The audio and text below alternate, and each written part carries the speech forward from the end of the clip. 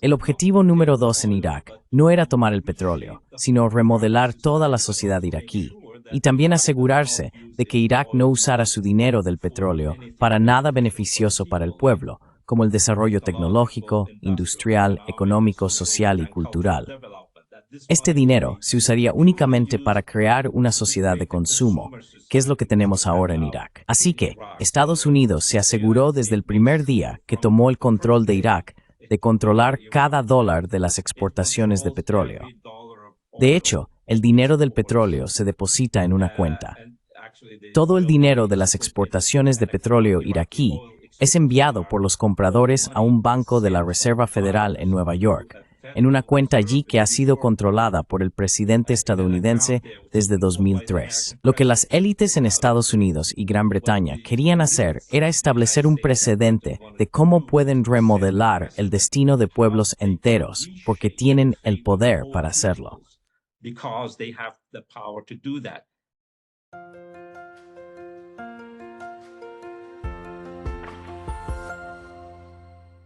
Hello everybody. This is Pascal from Neutrality Studies. Hola a todos, soy Pascal de Neutrality Studies y hoy estoy hablando con Hussein Askari, quien es el vicepresidente iraquí sueco del Instituto de la Franja y la Ruta en Suecia y el coordinador de Asia Occidental para el Instituto Schiller Internacional. Hussein ha estado trabajando como analista estratégico y económico desde 1996 y hoy queremos hablar sobre Asia Occidental e Irak. Así que Hussein, bienvenido. Iraq. So, Hussein, welcome. Gracias, es permíteme. Well, very happy to have you because I wanted to have Bueno, muy contento de tenerte porque quería tener una discusión sobre Irak, pero Irak dentro de la región más amplia por un tiempo, porque creo que muchas de las cosas que están sucediendo están muy conectadas con Siria, Irán y Turquía también. Así que creo que eres una de las personas perfectas para contarnos sobre esta discusión.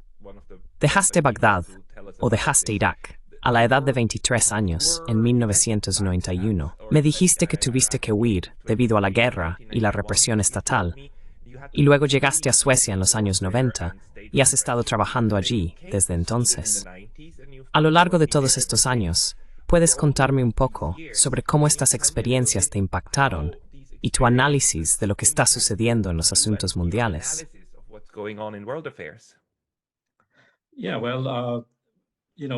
Sí, bueno, cuando dejé Irak en 1991, fue inmediatamente después de la tormenta del desierto, la llamada Guerra del Golfo. Hubo muchas guerras del Golfo, pero esa fue una de ellas. Nosotros la llamamos la Guerra de Kuwait. Ocurrió después de que Irak invadiera Kuwait en 1990.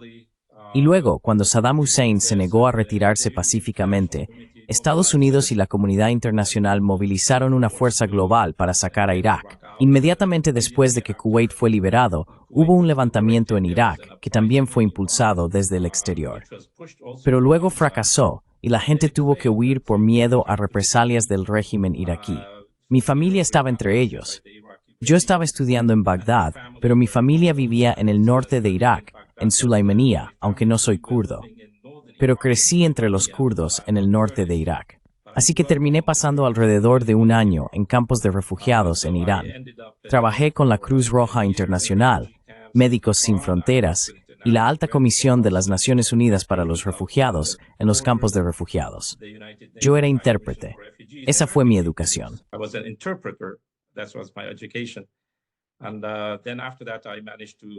Y luego, después de eso, logré, con algo de ayuda, llegar a Noruega primero en 1992. Me quedé allí por unos años y luego me mudé a Suecia, donde el Instituto Schiller tiene una oficina, porque quería estar activo tanto en entender lo que le sucedió a mi país como en los desarrollos globales que llevaron a eso. Como dijiste, las cosas que suceden en Asia Occidental, el llamado Medio Oriente, que es un nombre incorrecto, siempre están conectadas con la política global. Me interesaba entender cuestiones estratégicas y económicas, y el Instituto Schiller me proporcionó una gran cantidad de conocimiento, tanto sobre historia como sobre economía, y cómo la economía está relacionada con eso. ¿Recuerdas que en 1991 fue cuando la Unión Soviética colapsó, y hubo un nuevo orden mundial? El mundo unipolar. El momento unipolar llegó al escenario.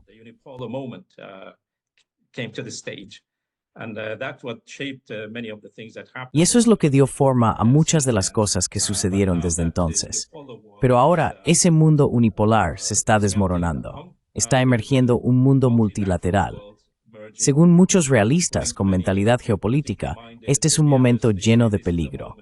También está lleno de oportunidades para tener un nuevo orden mundial basado en la cooperación económica y así sucesivamente. La idea de la iniciativa de la Franja y la Ruta fue muy importante para desarrollar mis propias capacidades de análisis y también para promover esta idea de paz a través del desarrollo económico. La iniciativa de la Franja y la Ruta fue muy importante. En el Instituto Schiller hemos estado trabajando durante décadas en lo que llamamos el Puente Terrestre Euroasiático o el Puente Terrestre Mundial para construir corredores de infraestructura entre Asia, Europa, África y extenderse Américas.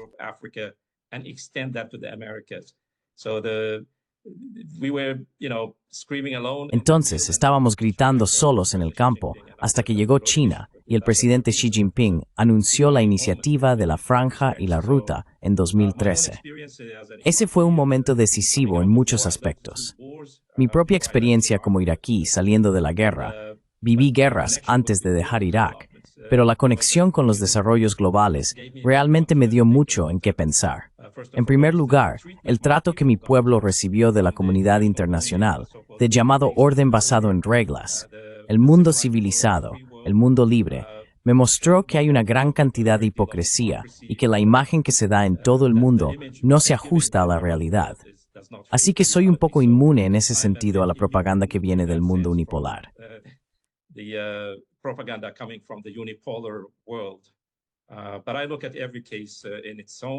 Pero miro cada caso por sí solo e intento analizar, intento estudiar tanto como sea posible. Estar en Europa, trabajar con europeos durante muchos años, vivir en Europa, estar activo en Europa, pero también tener conexiones muy fuertes con mis colegas en Estados Unidos. Aprender mucho sobre la historia estadounidense y la política estadounidense me ha dado una perspectiva multidimensional sobre los desarrollos en el mundo. Por lo tanto, cuando veo la situación en Asia Occidental, Irak, Siria, Líbano, Palestina, todas estas cosas, las veo desde un contexto mucho más amplio. Con mi conocimiento de la región, mi conocimiento del idioma, el árabe, y la historia de la región, la combinación se vuelve muy fructífera.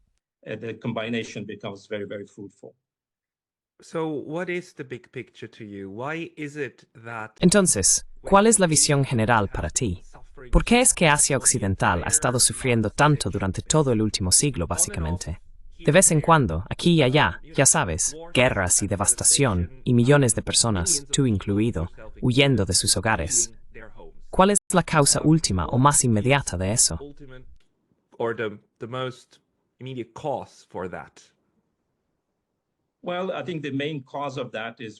Bueno, creo que la causa principal de eso es que hemos tenido una competencia imperialista en el mundo. Y esta región es muy estratégica. Está entre 3 continentes, 2 océanos. Y últimamente, ya sabes, al menos desde principios del siglo XX se encontró petróleo allí. La competencia estratégica entre las principales superpotencias fue muy activa. Recordamos el gran juego entre Rusia y Gran Bretaña.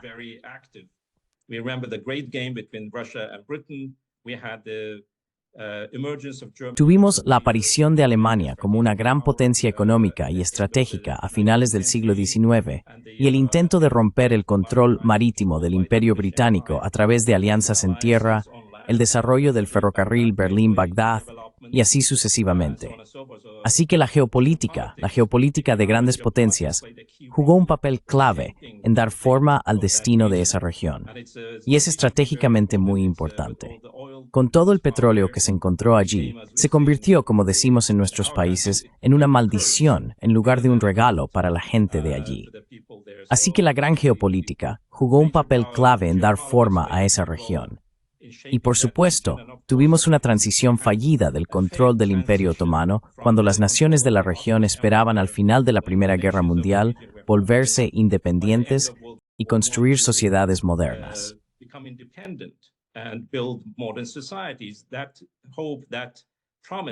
Esa esperanza, esa promesa fue traicionada por los británicos y los franceses, quienes ya habían planeado heredar el Imperio Otomano a través de tratados secretos como el Acuerdo Sykes-Picot.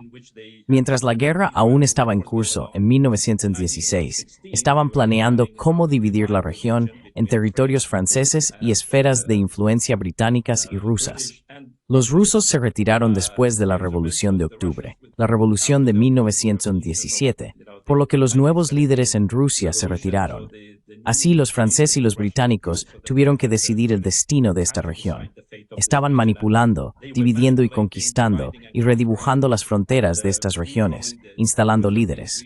En Irak pusieron un rey allí, pusieron un rey en Jordania, sacaron al rey de lo que era Arabia Saudita, o al líder allí, el hachemita, e instalaron a los al-Saud como líderes.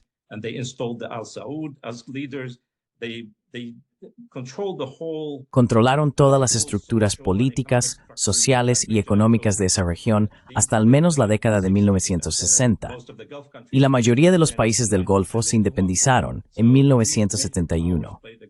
Así que estas grandes potencias jugaron un papel importante en dividir y conquistar, controlar los recursos, y luego también los británicos plantaron lo que llaman un hogar para los judíos en Palestina, lo cual ha sido la fuente de gran parte de la desestabilización en toda esta región hasta ahora. Vimos el genocidio en Gaza. Vemos ahora lo que está sucediendo en Cisjordania. Y esto es por diseño lo que el Imperio Británico planeó para mantener esta área en ebullición y poder controlarla desde afuera. Después de la Segunda Guerra Mundial, Estados Unidos entró en el juego.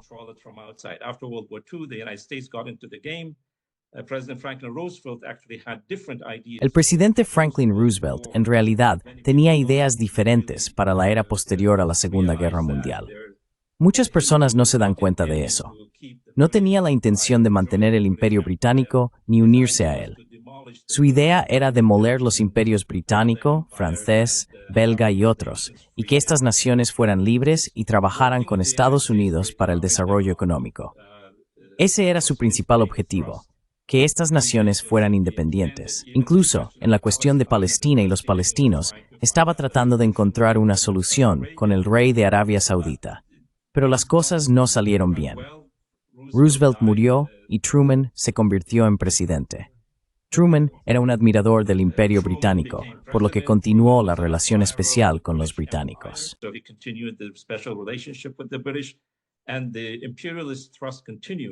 Y el impulso imperialista continuó incluso después de la Segunda Guerra Mundial. Así que toda esta situación ha sido, ya sabes, no solo responsabilidad de la gente de la región. Por supuesto, ellos tienen la responsabilidad de liberar sus países también. Pero las potencias que controlan todo, e incluso la Unión Soviética, contribuyó a eso, hicieron imposible encontrar la paz, una condición estable donde la gente pudiera usar los recursos naturales y humanos de la región para el desarrollo de las personas allí. Así que esa es la realidad allí.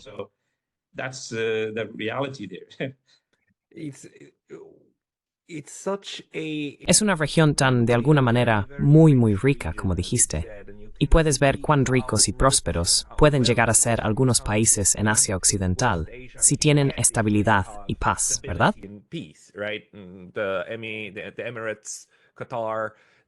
Los Emiratos, Qatar y también Omán, de los que no solemos escuchar mucho, están desarrollándose y haciendo un buen trabajo en la región, ¿verdad?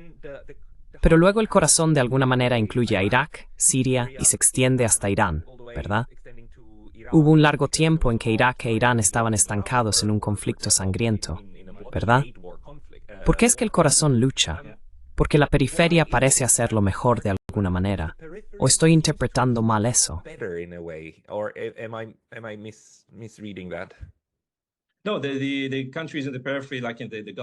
No, los países en la periferia, como los países del Golfo, estaban bajo dominio británico, por lo que era importante para los británicos mantener la estabilidad allí durante mucho tiempo.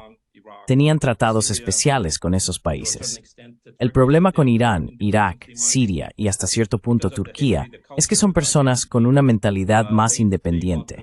Debido a su historia, cultura e identidad, quieren ser completamente independientes, y por eso ha habido todo este conflicto a lo largo de los años. Incluso el Shah de Irán, de quien muchos dicen que era un títere de los británicos y los estadounidenses, se dio cuenta en un momento en los años 70 de que Irán debería abolir o no renovar el contrato con British Petroleum o la Anglo-Persian Oil Company y usar los ingresos del petróleo de Irán para comprar tecnología y construir una nación moderna y avanzada. Eso no fue aceptado. Y así una situación similar en Irak y Siria.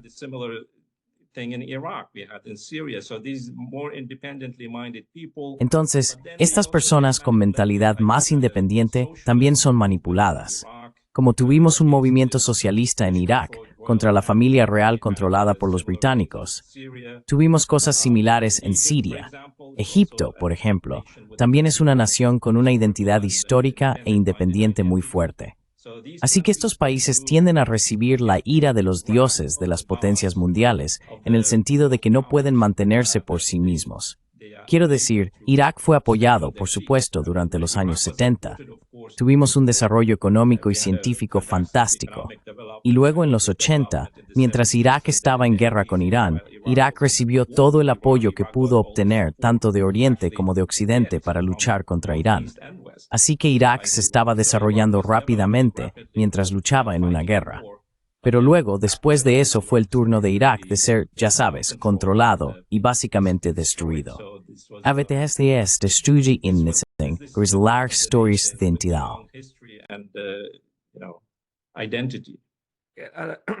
Some people, especially in Europe, Algunas personas, especialmente en Europa, culpan mucho de lo que está sucediendo en Asia Occidental a la fe islámica. La tesis de que el Islam en sí mismo es una religión inherentemente violenta es, especialmente entre los círculos conservadores de derecha, bastante popular. ¿Cuál es tu opinión al respecto? Quiero decir, ¿cuál es el impacto de las religiones en la región?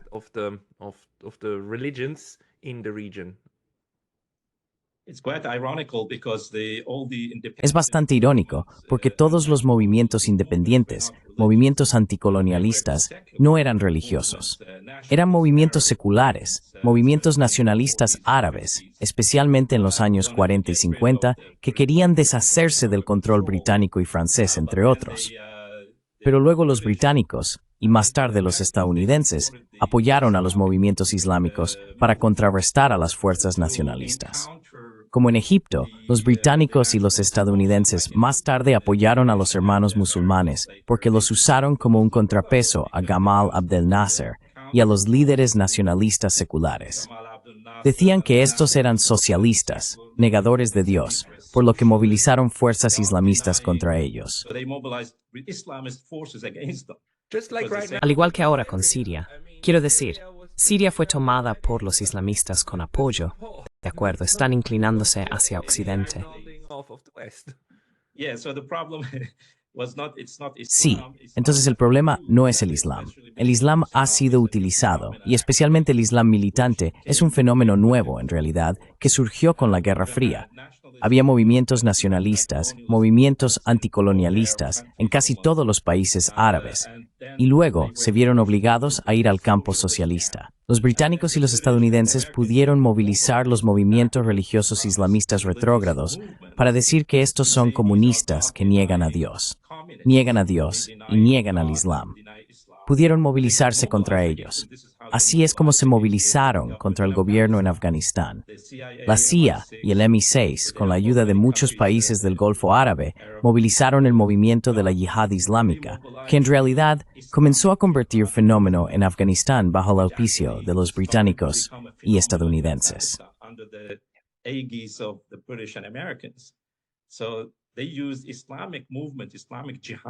Entonces utilizaron movimientos islámicos, movimientos de la yihad islámica, movimientos islámicos militantes como una fuerza contraria a los movimientos nacionalistas laicos en el mundo árabe, incluso en Pakistán.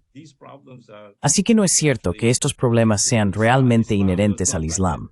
El Islam se consideraba una religión antes, pero ahora se ha convertido en una fuerza política. Las condiciones creadas en la región por las potencias globales obligaron a las sociedades a recurrir a una identidad islámica porque no había otro lugar al que acudir. Como en Irak, cuando en 2003 Estados Unidos y Gran Bretaña invadieron Irak y destruyeron el Estado iraquí, que era un Estado laico, no había otro lugar para que la gente buscara protección e identidad psicológica más que la tribu.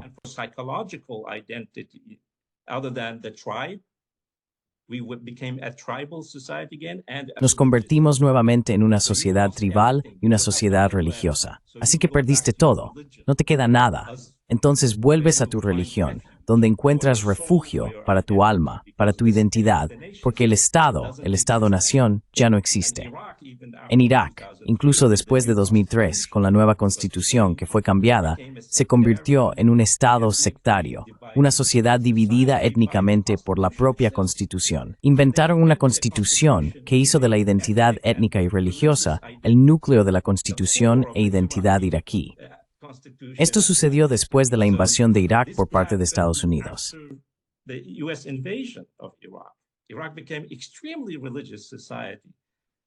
Irak se convirtió en una sociedad extremadamente religiosa. Siria ahora va a ser una sociedad extremadamente religiosa con el apoyo a las fuerzas islamistas que han tomado el control de Siria. Así que este mito de que el Islam es el problema no es el problema, porque en primer lugar, nunca tuvimos estados islámicos.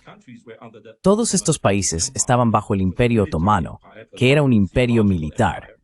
No era un imperio teológico, y luego vinieron los imperios británico y francés y otros, y tomaron el control. Así que los pueblos de la región nunca lograron obtener un Estado-nación moderno y tener el tiempo para construir sus sociedades. Los egipcios intentaron, todavía luchan, tener un Estado secular, un Estado moderno, los sirios, los iraquíes, pero luego vino el gran martillo y destruyó todo. Así que el fervor religioso islámico, el extremismo, vino con estas condiciones. No es el descent sur Urbain IV.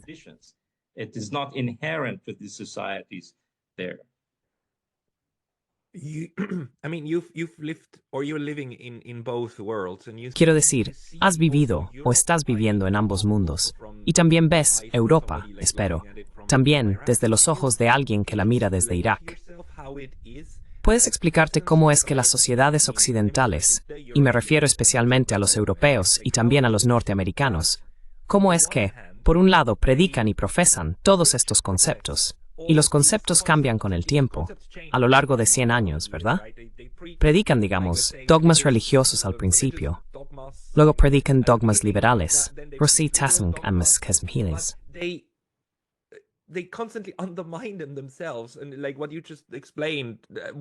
Y como lo que acabas de explicar, uno de estos ejemplos es, por supuesto, lo que sucedió en Egipto después de la primavera árabe, cuando Mubarak fue derrocado y se inauguró al primer presidente democráticamente elegido, el señor Morsi, ¿verdad? Y luego fue removido y desapareció. Y al-Sisi llega al poder y Morsi muere en prisión. El primer presidente democráticamente elegido muere en prisión. Y todo Occidente básicamente aplaude un poco, porque a nadie le gustaba, ya que pertenecía a los hermanos musulmanes, y tenía una mentalidad mucho más nacionalista, en cierto sentido como patriota hacia su pueblo, que el señor al-Sisi, quien inmediatamente hizo un trato, ¿verdad?, con los poderes fácticos.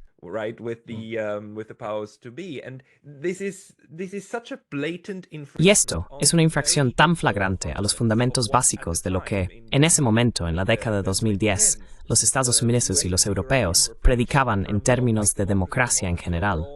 Eres retrógrado si no eres una democracia. ¿Cómo es posible que los propios europeos sean incapaces de ver, por falta de una mejor palabra, la enorme cantidad de hipocresía en su enfoque, en su mentalidad hacia otros pueblos?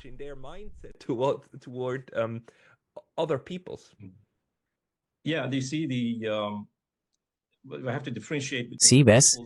Tenemos que diferenciar entre los pueblos de Europa y las élites de Europa, porque las élites están ahora más divorciadas que nunca de la población y de las aspiraciones de la población. Hay tanto resentimiento contra las élites políticas en Europa, pero también en los Estados Unidos. Así que tenemos, ya sabes, lo que llamamos un problema oligárquico en Europa, pero es principalmente un problema británico, y también en los antiguos imperios en Europa.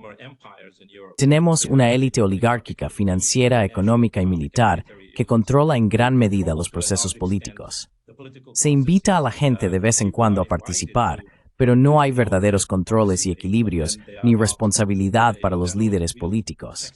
Puedes votarlos fuera la próxima vez, pero luego terminas en el mismo ciclo otra vez.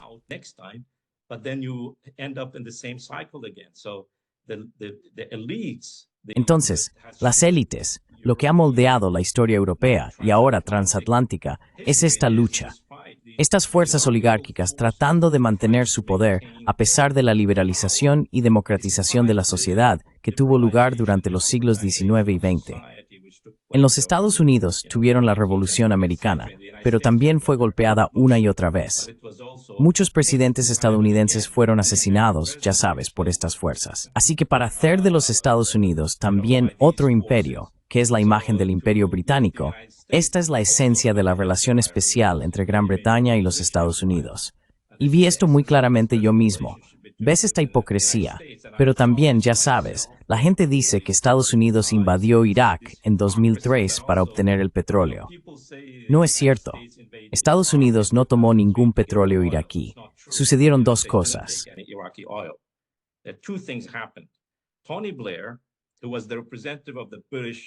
Tony Blair, quien era el representante del Imperio Británico, por así decirlo, y de la relación transatlántica, dijo que el principio de la paz de Westfalia sobre la soberanía de los estados es obsoleto, está terminado. Lo practicaron en Yugoslavia, la campaña de bombardeo contra Yugoslavia en 1999. Pero luego se usó de manera más flagrante en Irak, donde todo el mundo se opuso a invadir Irak con el pretexto de las armas de destrucción masiva, cuya existencia nadie pudo probar. Pero Tony Blair dijo que esto no se trata de las armas de destrucción masiva. Se trata de nuestro derecho como civilizados, ya sabes, el mundo libre, para determinar el destino de lo que se llama, también lo llamaron más tarde, responsabilidad de proteger a otros pueblos, que podemos invadir países, podemos violar su soberanía si consideramos adecuado intervenir en esos países.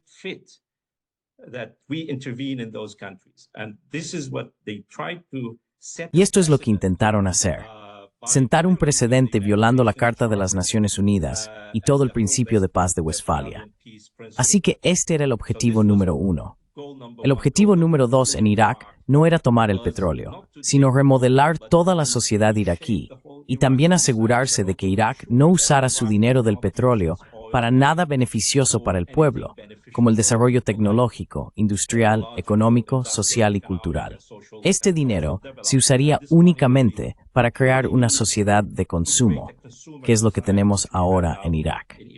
Así que Estados Unidos se aseguró, desde el primer día que tomó el control de Irak, de controlar cada dólar de las exportaciones de petróleo. De hecho, el dinero del petróleo se deposita en una cuenta.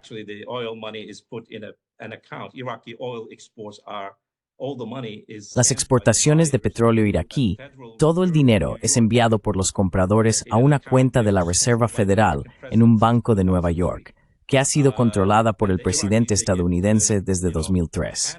Los iraquíes reciben ayudas cada mes para comprar alimentos, ropa y otras necesidades, y para pagar los salarios de las personas. Pero no hay desarrollo económico. El nivel de pobreza en Irak es de aproximadamente un 30% a un 40%. Tenemos millones de personas desempleadas, pero se les dan trabajos formalmente para obtener un salario. Al final, no producen nada y no trabajan. De esta manera, Irak es ahora una sociedad puramente consumista. Nada se ha reconstruido realmente desde 2003 y la infraestructura existente se ha deteriorado. El sistema educativo y el sistema de salud son disfuncionales y así sucesivamente.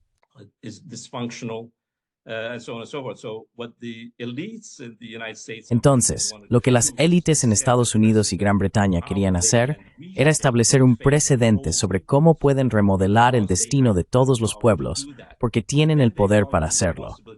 Y luego lo llaman una responsabilidad de proteger, democratización, construcción de naciones. Usan todos estos nombres hermosos para un desastre de su propia creación. Así es como ha transcurrido todo esto a lo largo de los años, a través de este tipo de intervenciones. Vimos la situación en Libia, donde la UE también se involucró en la eliminación de Gaddafi. También fue bajo el principio de responsabilidad de proteger. Pero lo que sucedió es que empoderaron a las fuerzas islamistas. En Siria ocurrió lo mismo, y luego tuvimos a ISIS. Muchos políticos, líderes e integrantes de inteligencia estadounidenses advirtieron que lo que estamos haciendo en Siria provocará esto, que los movimientos islámicos extremistas tomarán el control.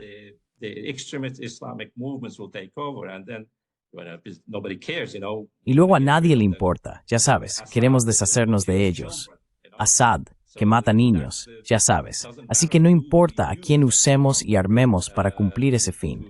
Así que no tiene nada que ver con la democracia, o ya sabes, los derechos humanos, o proteger a la gente o cualquier cosa. La gente en Europa, por supuesto, no tiene elección en estos asuntos. Se les alimenta con información todos los días, información exagerada sobre el mundo, lo malos que son estos líderes y por qué deberíamos derrocarlos. Así que esa es la situación. La gente en Europa y en los Estados Unidos en realidad tiene muy poco conocimiento sobre lo que sus gobiernos están haciendo en todo el mundo y lo que está sucediendo. La gente piensa que está bien informada, pero en realidad no lo está.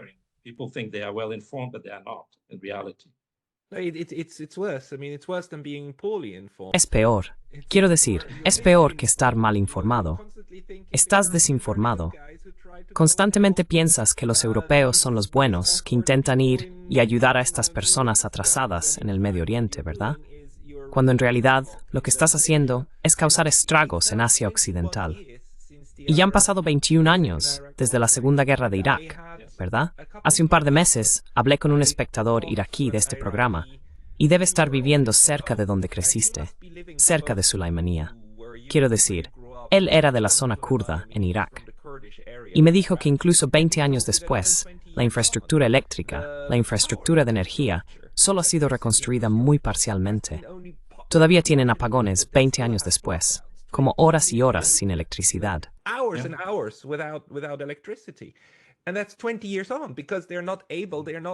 Y eso es 20 años después, porque no se les permite reconstruir la presa y la infraestructura eléctrica. Y todo el dinero que realmente proviene de esa región termina en Estados Unidos y no bajo el control del gobierno iraquí en absoluto, aunque ahora hay un gobierno iraquí. Pero ¿cómo funciona esa estructura de dependencia? Porque de alguna manera el control está ahí, ¿verdad? El control de Estados Unidos sobre las personas con armas en Irak, que se aseguran de que esto se mantenga como está. ¿Cómo funciona eso?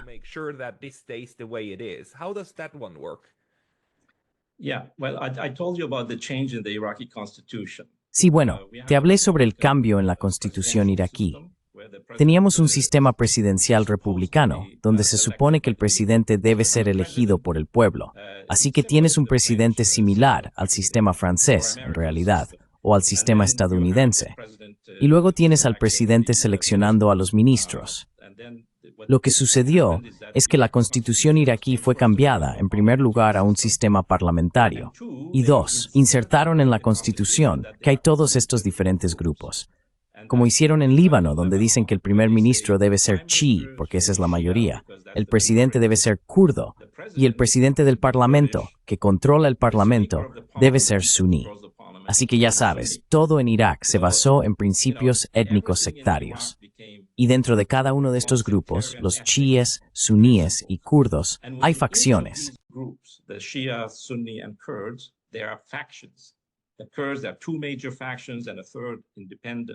Los kurdos tienen dos facciones principales y una tercera independiente. Entre los sunitas tenemos 5 o 6 facciones diferentes. Los chiitas tienen 10 facciones diferentes. Así que, cuando la gente va a elegir un gobierno, hay que asegurarse de que todos estos grupos, sus intereses y sus milicias sean atendidos con los ingresos del gobierno. El sistema iraquí está, como expliqué, ensamblado con chicle, ni siquiera con pegamento. Y el chicle es el dinero del petróleo. Lo que sucede es que Irak bombea petróleo. Irak es ahora el segundo mayor exportador de petróleo después de Arabia Saudita, con 4 millones de barriles, creo.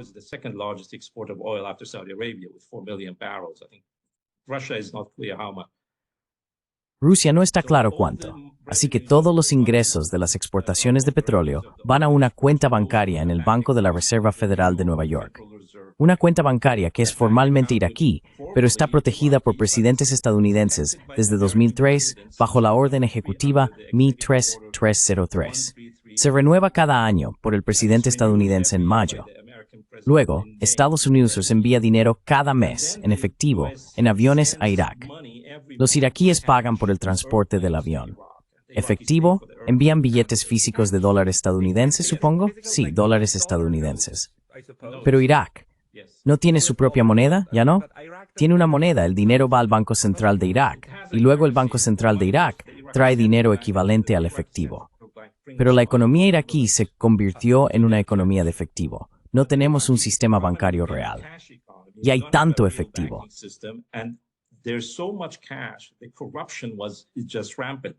La corrupción era simplemente desenfrenada. Los estadounidenses la iniciaron, de hecho. Estaban lanzando dinero por todo el país a milicias y grupos y crearon esta enorme corrupción que tenemos en Irak. Pero luego de cada elección, solo el 20% del pueblo iraquí vota porque ya no creen en el gobierno.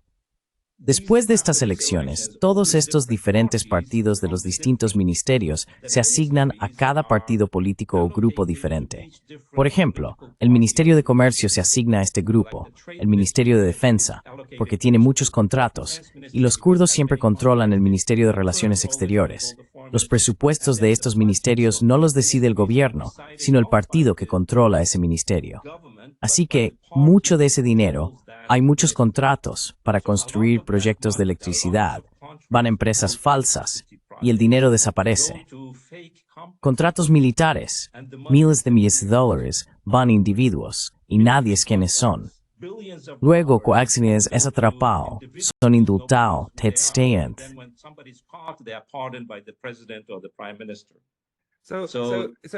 Entonces, en cierto sentido, lo que hicieron después de la guerra fue institucionalizar el sectarismo e institucionalizar la corrupción, y se aseguraron de que ninguno de los dos pudiera ser eliminado fácilmente, incluso si se tuviera un gobierno unificado.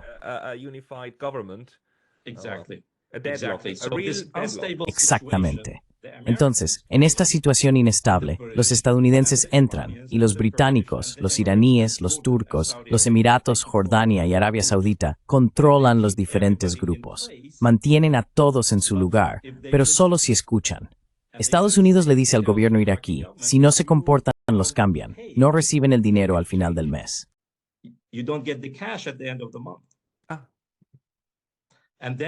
Y luego, las personas que están esperando su salario saldrán a las calles y habrá sangre en las calles.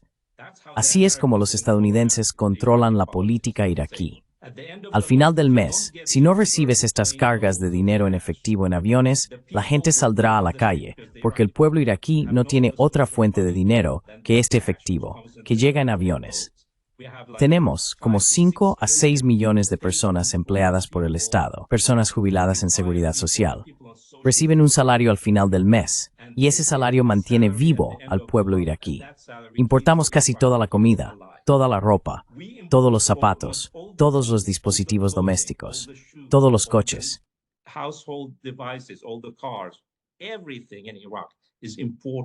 Todo en Irak es importado, ya sea de países vecinos o de China o de algún otro lugar. Irak no produce casi nada, así que esto es en lo que se ha convertido Irak, y así es como se mantiene vivo. Estable, pero está completamente inestable. Tan pronto como el precio del petróleo baja de $60, entonces es el fin de la sociedad, porque el gobierno ya no puede sostenerse. Cada año tenemos 250,000 graduados de universidades. La población iraquí ha estado creciendo muy rápido, así que cada año tenemos 250,000 jóvenes que se gradúan de las universidades. Un número igual de personas que no están educadas entran al mercado laboral, como 500,000 de personas cada año. ¿Cuán grande es la población iraquí ahora? Es de 42 millones. Era de 20 millones hace 20 años, así que se ha duplicado en 20 años.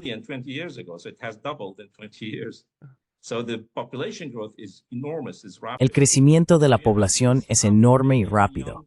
Tienes 500,000 de jóvenes entrando al mercado laboral y el gobierno tiene que encontrar empleos para ellos. Pero no hay producción, no hay industria, no hay construcción de infraestructura, no hay agricultura ni desarrollo científico o tecnológico. Entonces, lo que hace el gobierno es prometer a diferentes partidos que proporcionarán empleo estatal, si son elegidos. Podrías tener una oficina donde necesitas 2 personas, pero hay 20 personas trabajando solo que necesitan un salario al final del mes.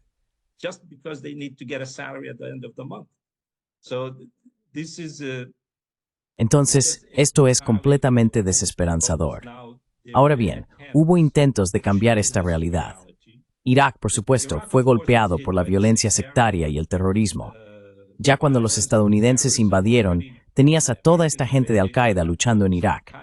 Pero en lugar de atacar a los estadounidenses, estaban atacando a los chiitas iraquíes, haciendo estallar mezquitas y otras cosas.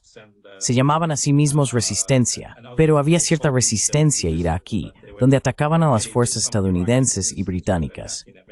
Sin embargo, un montón de fuerzas estaban atacando a diferentes grupos sectarios y creando esta violencia sectaria.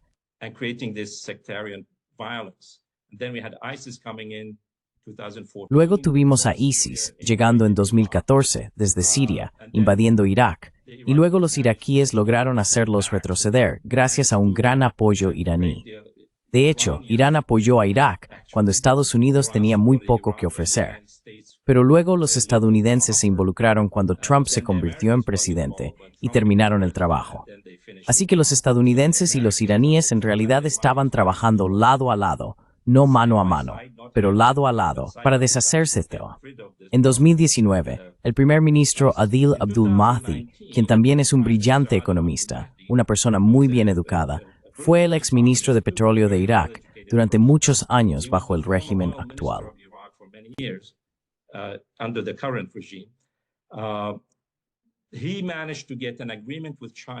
Logró llegar a un acuerdo con China. En Irak lo llaman petróleo por construcción, petróleo por reconstrucción, lo que significa que de los 1 millón de barriles de petróleo que Irak vende a China todos los días, de todos modos, el dinero de 100,000 barriles se depositará en un fondo de desarrollo en China, donde por cada 1.5 de dinero del petróleo iraquí, los bancos chinos agregarán 8.5. Así que obtienes como un 15 a 85%. Así que obtienes un depósito de 10,000 millones en ese fondo, en parte con dinero del petróleo iraquí.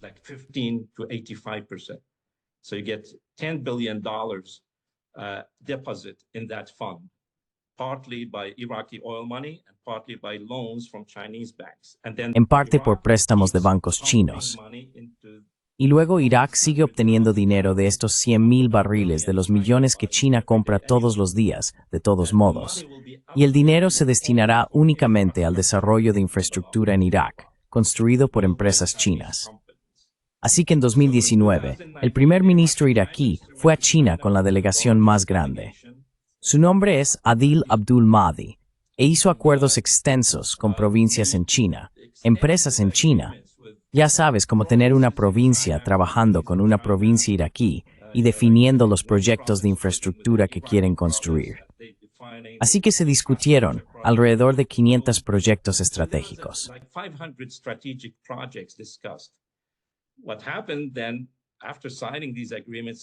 Lo que sucedió después de firmar estos acuerdos en Beijing, tan pronto como el primer ministro regresó a Bagdad en el aeropuerto, estalló una revolución de color. Hubo sangre en las calles y había personas disparando, nadie sabe quiénes eran, disparando a los manifestantes hasta que se vio obligado a dimitir después de solo unos meses.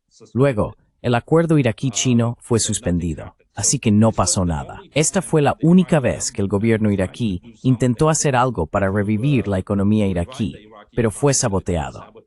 El mismo primer ministro tuvo una disputa con el presidente Trump, quien asesinó a Qasem Soleimani, el comandante iraní, y al jefe de la milicia chií iraquí, Abu Mahdi al-Mohandis, en Bagdad.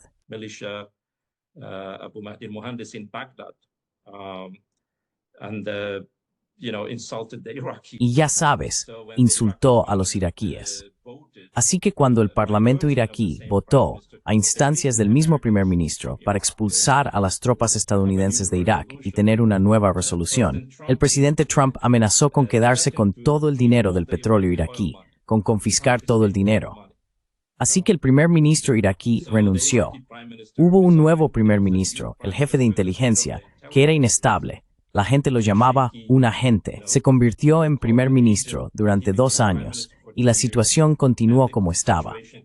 Había este nuevo primer ministro en quien la gente esperaba que reviviera el acuerdo con China. Visité Irak, invitado por su, ya sabes, consejo de asesores para informarles sobre lo que creo que debería hacerse con este acuerdo con China. Hice eso. Me reuní con él 2 veces al comienzo de su mandato.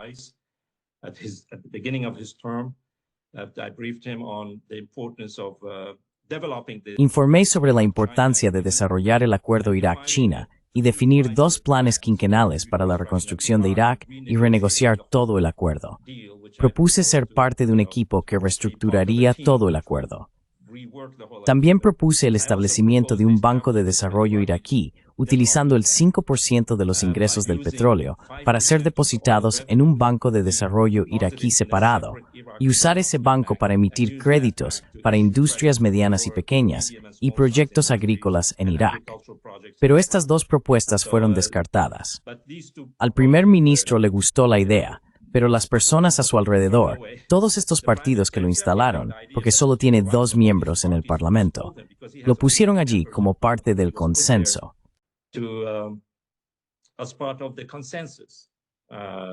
Un consenso mínimo, ¿verdad? Es como si fuera el menos amenazante para cualquiera de los partidos. Sí, así que estas ideas no fueron tomadas. Y la situación continúa siendo como es hoy. Irak está en una situación financiera muy precaria, porque el gobierno apenas puede pagar los salarios de estos millones de personas al final de cada mes. Estados Unidos está estrangulando el sistema bancario iraquí, diciendo que mucho del efectivo va a Irán y Rusia, etc. Así que obligan a los iraquíes a usar bancos jordanos y emiratíes para la importación de bienes y transferir dinero al extranjero. Los bancos iraquíes no pueden comerciar con el mundo exterior, por lo que tienes que hacerlo a través de un banco jordano o emiratí. Todos estos mecanismos son la forma en que Estados Unidos controla Irak. No toman el petróleo iraquí.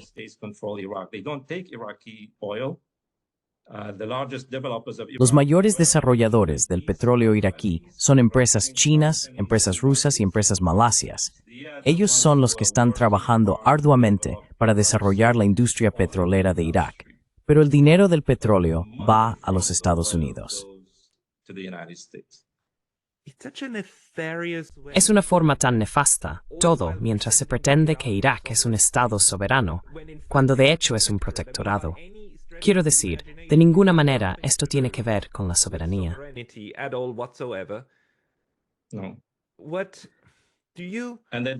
Y al mismo tiempo, siguen diciendo que Irak está controlado por el clero iraní.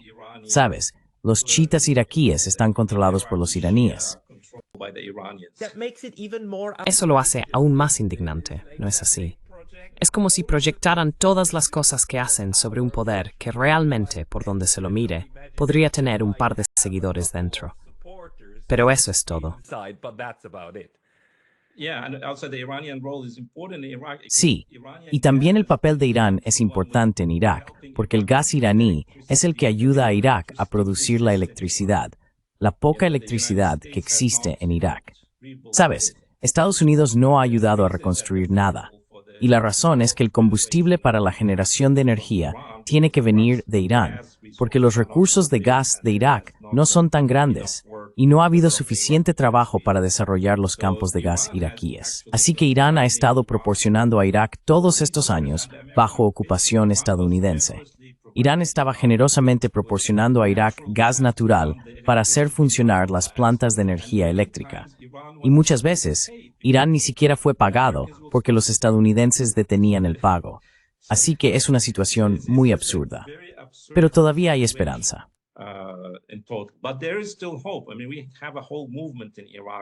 Quiero decir, ahora tenemos todo un movimiento en Irak para la Ruta de la Seda. Se llama el movimiento de la Ruta de la Seda. La gente trata de explicarlo a otros. Yo mismo lo hago en Facebook, en línea. Hay otras personas. Desafortunadamente, uno de nuestros amigos, que era el más franco, acaba de morir de cáncer. Su nombre era Karim Badr.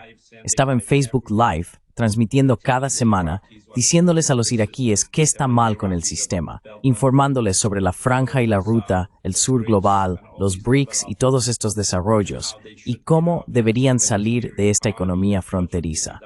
Desafortunadamente, murió hace unos 2 meses. Pero tenemos mucha gente. Tenemos parlamentarios jóvenes, muy inteligentes, parlamentarios independientes que están luchando por estas ideas para hacer que Irak sea independiente, para reconstruir la economía iraquí.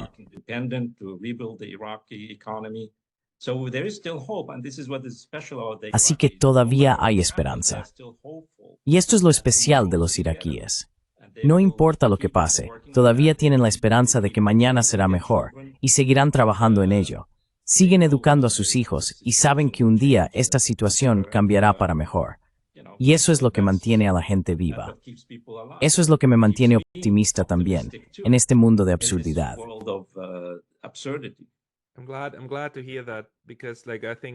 Me alegra escuchar eso, porque creo que, especialmente en esas situaciones, el optimismo es esencial. Ahora estamos entrando en este nuevo periodo, ¿verdad? Definitivamente, hemos terminado con la era posterior a la Guerra Fría. Es bastante interesante que durante 30 años lo llamamos el periodo posterior a la Guerra Fría. Y ahora entendemos que ese periodo ha terminado. Y probablemente necesitemos un nuevo nombre para él, pero ha terminado.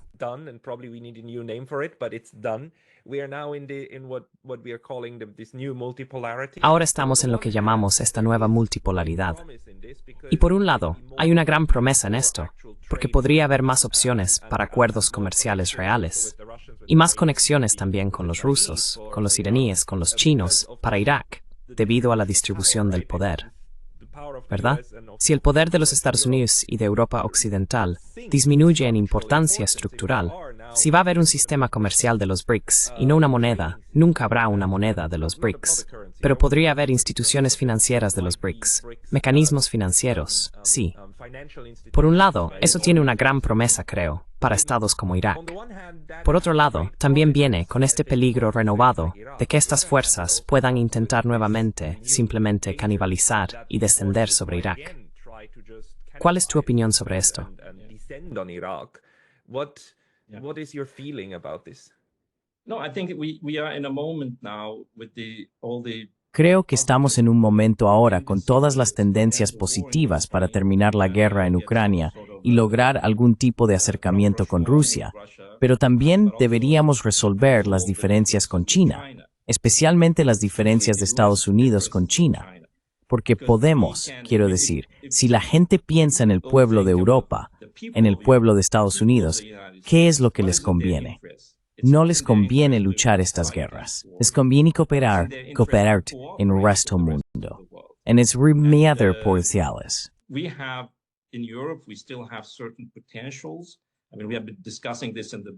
Quiero decir, hemos estado discutiendo esto en el Instituto de la Franja y la Ruta durante varios años, que deberíamos estar trabajando con China en África, por ejemplo, construyendo infraestructura, industria y agricultura, y financiando estos proyectos, participando con China y otorgando préstamos y créditos para construir estos proyectos, porque es vital para el interés de Europa.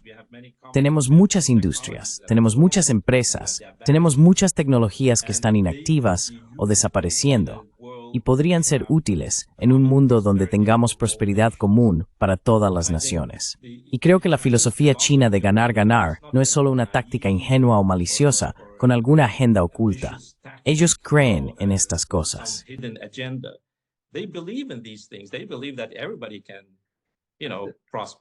Creen que todos pueden prosperar si trabajamos juntos. No hay límites para esto. Y si nos deshacemos de esta noción geopolítica de suma cero de los imperios, el imperio británico y los otros imperios que existen, el poder y la dominación son la única forma de sobrevivir. Esta llamada escuela realista ha sido la fuente de mucho del mal que hemos visto, donde es una guerra de todos contra todos y tenemos recursos limitados. Y la lucha es por estos recursos limitados. Y no hay titulados es construir poder y prioridad y dominar aplastadas demás. Es tener una equilibrio o refra, como en las pequeñas historias brincadas en surgir.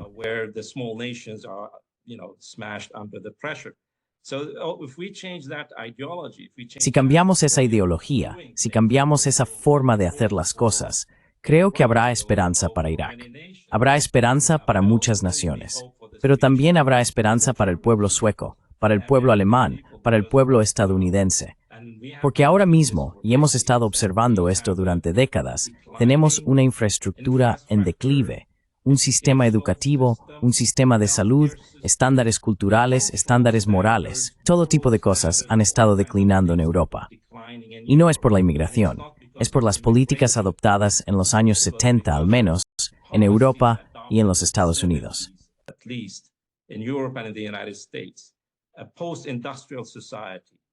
Una sociedad postindustrial, una cultura postmodernista, esta lucha contra el resto del mundo, el intento de socavar a los demás para mantenerse en la cima, la financiarización de la economía y la creencia de que los mercados financieros son el futuro. No necesitas invertir en carreteras, puentes, hospitales y escuelas. Puedes poner tu dinero y los recursos de tu fondo de pensiones en Londres y Wall Street y hacer que el dinero crezca allí en su lugar. Así es como obtienen nanches, es construir ferrins autoritas sin necesidad ganaichtinga, etc. Esa ideología en el Kelixothing.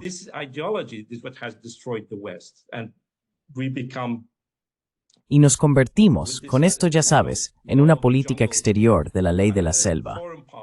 El mundo estuvo recientemente al borde de una guerra nuclear. Quiero decir, realmente estuvimos al borde de una guerra nuclear. La gente ni siquiera se dio cuenta. Así que hay esperanza para el mundo si abandonamos estas ideologías venenosas y comenzamos a repensar cómo Europa se volvió próspera, especialmente después de la Segunda Guerra Mundial, y cómo Estados Unidos se volvió próspero. Porque estaban invirtiendo en la sociedad, invirtiendo en seres humanos, invirtiendo en infraestructura, progreso tecnológico, educación y así sucesivamente. Esto es lo que China está haciendo. Por eso China está progresando. Y todas las naciones del mundo deberían estar haciendo eso. Y deberíamos ayudarnos mutuamente a hacerlo. Esto no es un discurso ingenuo. Nos hablaremos aquí en Europa y ayudamos al resto del mundo a afginar grace. Nunca también per supports thing.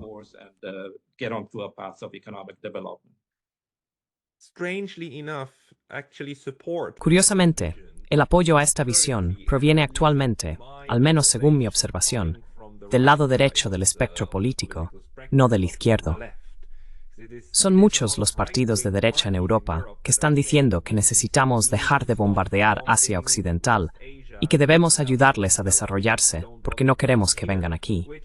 Lo cual es una motivación extraña, pero en realidad lleva, en mi opinión, a un enfoque válido y humanista de la regla internacional.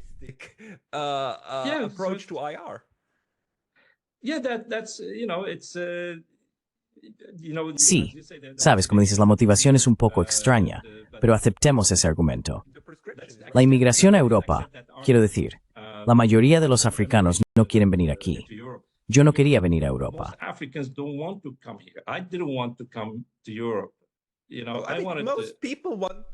La mayoría de las personas quieren quedarse en casa y ser felices en casa. No es tan difícil. Y si sus hogares no son bombardeados hasta quedar en cenizas, entonces se quedarán en casa. Así es como sucedió. Por eso ocurrió esto, en 2015, cuando todos se alarmaron en Europa debido a la destrucción de Libia, la destrucción de Siria y la desestabilización de Irak. De ahí provienen los refugiados. Libia en realidad estaba bloqueando la migración desde el África subsahariana porque había un Estado libio poderoso. Impedía que los africanos inundaran el Mediterráneo.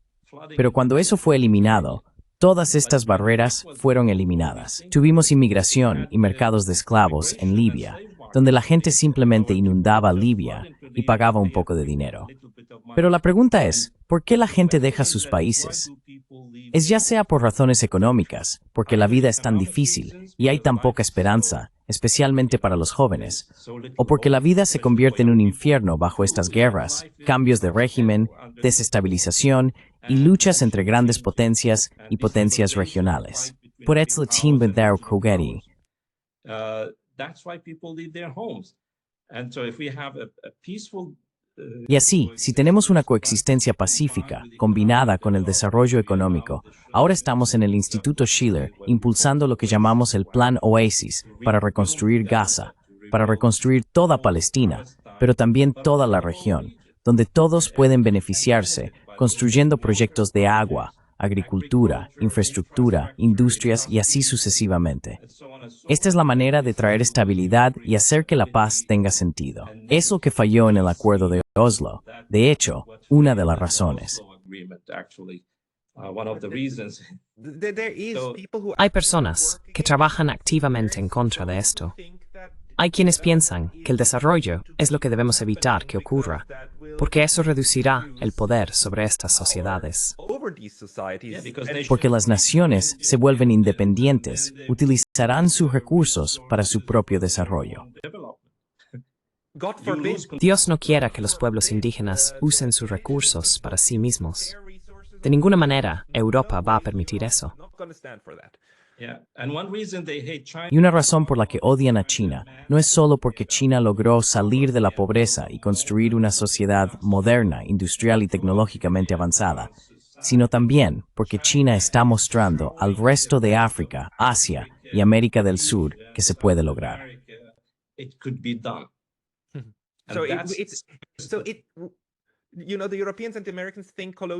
Sabes, los europeos y los estadounidenses piensan que el colonialismo ha terminado hace mucho tiempo. Para nada. Todavía estamos en medio de ello.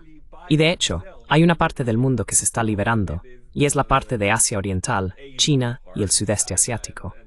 Y Occidente está asustado por eso, ¿verdad? Es como, oh no, ¿cómo te atreves a mostrar cómo se podría hacer?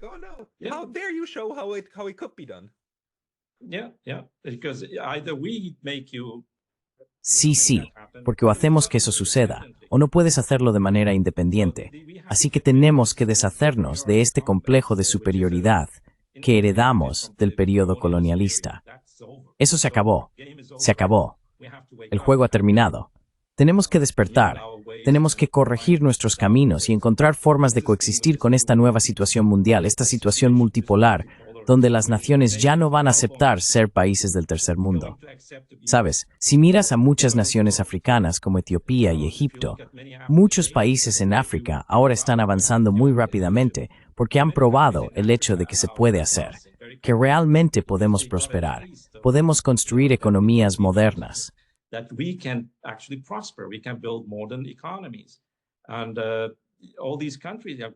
Y todos estos países, los países del Golfo también, no quieren ser solo exportadores de petróleo y compradores de armas estadounidenses. Mira a Arabia Saudita. Arabia Saudita se está convirtiendo en una economía industrial muy avanzada. Quiero decir, están construyendo industrias modernas por todo Arabia Saudita. Están construyendo infraestructura moderna. Están invirtiendo su dinero no en Wall Street y Londres y bienes raíces en Europa. Están invirtiendo mucho de su dinero ahora en desarrollar sus países. Por supuesto, no escuchas sobre eso en las noticias. Lo que escuchas es que los saudíes invertirán $600 mil millones en Estados Unidos. Esto es algo muy engañoso. No va a suceder. No es cierto. Escuché al ministro de Economía saudí.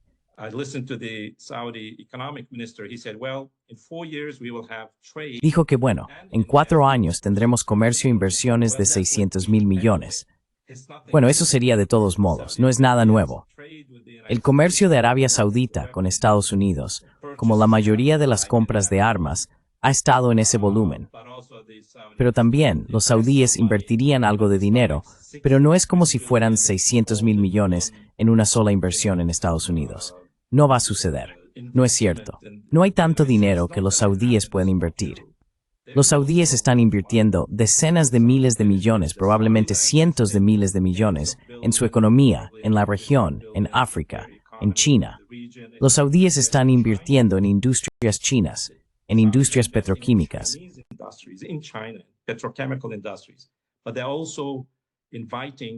Pero también están invitando a empresas chinas a construir industrias en Arabia Saudita, como industrias de vehículos eléctricos e industrias de energía renovable. Recientemente, Lenovo, la empresa de computadoras, inició una planta por $2.000 millones en Arabia Saudita. ¿Cómo se financió? Los saudíes compraron una participación dedicada a Lenovo para que puedan trasladar la planta o construirla en Arabia Saudita, donde los saudíes ahora construirán computadoras, las usarán y las exportarán. Esto es lo que está sucediendo en Arabia Saudita. Los saudíes no van a invertir su dinero en complejos turísticos y casinos en Florida. Podrían hacer algo de eso para mantener contento al presidente Trump, pero el futuro es la industrialización y la modernización.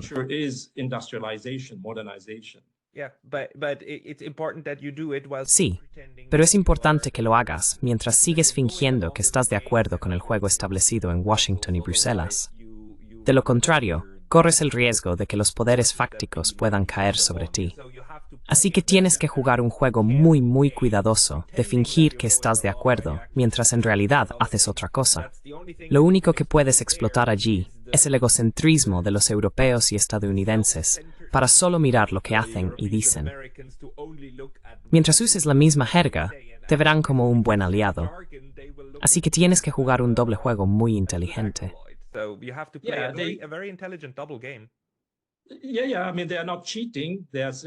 Sí. Quiero decir, no están haciendo trampa. Están diciendo, mira, tenemos que cuidar nuestros intereses. Puedes obtener algo, pero nosotros también obtenemos algo. Otros obtienen algo. Así que el viejo juego se acabó donde tú obtenías todo. Ahora mira, Arabia Saudita estuvo cerca de la bancarrota 2 veces en 10 años, en 2014 y 2016, y luego en 2020, cuando el precio del petróleo bajó a menos de $30 por barril. Si dependes en un 90% de tu supervivencia de un precio del petróleo por encima de $60, entonces cada día que te despiertas, tienes que verificar el precio del petróleo. Y cuando el precio del petróleo baja, estás acabado. No, quiero decir, en finanzas es solo diversificación. Es bastante simple. Necesitas diversificar. De lo contrario, en algún momento, un evento cisne negro te va a hundir. Punto. Exactamente. Quiero decir, solo si construyes industrias petroquímicas, usas el petróleo para producir otros productos. Plásticos, pinturas, productos químicos, materiales de construcción a partir del petróleo, todo tipo de dispositivos médicos. Hoy en día todo es plástico. Vas a un hospital, todo en el hospital es plástico.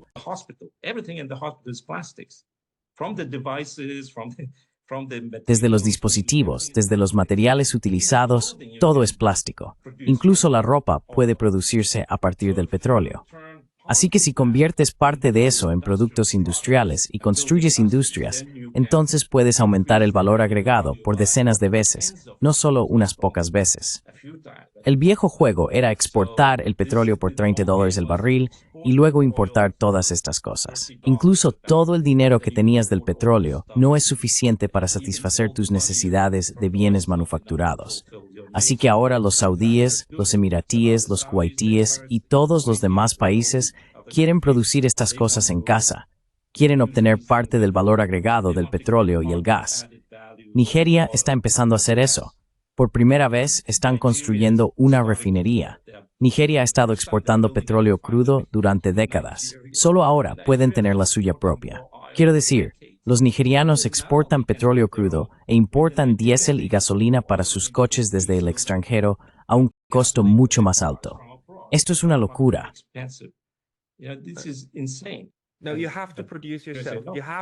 No, tienes que producir tú mismo. Tienes que hacerlo tú mismo para beneficiarte a largo plazo y crear el telón de fondo desde el cual luego puedes avanzar. Pero Hussein, estamos llegando a la marca de 1 hora. Creo que ya la hemos pasado un poco, y ahora son la 1 AM en Suecia. Entonces, para las personas que quieren seguirte, ¿a dónde deberían ir? ¿Escribes regularmente en algunas plataformas?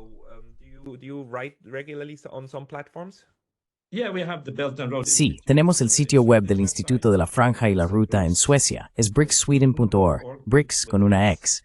bricsweden.org. Ahí es donde tenemos mucho y luego tenemos conexiones a nuestras redes sociales y otras actividades allí. Intentaré poner los enlaces en la descripción. Hussein Askari, muchas gracias por tu tiempo hoy. Muchas gracias por invitarme.